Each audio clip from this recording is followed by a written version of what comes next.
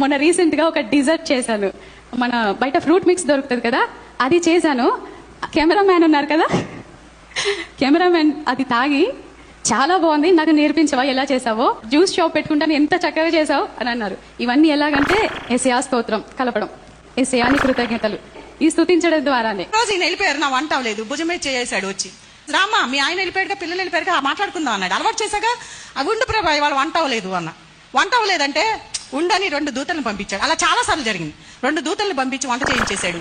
మేము ఇద్దరు కబుర్లు చెప్పుకున్నాం, నిజంగా జరిగాయండి. మొన్న పండు తిన్నాను, ఇంటికి వెళ్ళేసరికి 50,000 బ్యాంకులో అప్పు తీరిపోయింది. వావ్ హల్లెలూయా. పండు తిని ఇంటికి వెళ్ళారట, పోయిన వారం తీరిపోయింది. 50,000 అప్పు తీరిపోయింది. 20,000 ఇంకా ఎక్స్ట్రా ఇచ్చారు. 20,000 ఎక్స్ట్రా ఇచ్చారు. ఇంకా ఎక్స్ట్రా ఇచ్చారు. వావ్, దేవుడికి అడిగే చెప్పలు కొడదాం. Oh Jesus! Oh shikara, shake bebe, hallelujah. Rababababaka shok. ఈ మధ్యకాలంలో ప్రతి ఒక్కరు మైకు దొరకగానే ఇష్టం వచ్చినట్టు వాగేస్తారు. వీరిది భక్త లేదా పిచ్చ అర్థం కావట్లేదు. మీరు చేసే పనుల వల్లే, మీ మాటల వల్లే క్రైస్తవ్యం దూషించబడుతుంది. యేసుక్రీస్తు గారు దూషించబడుతున్నారు.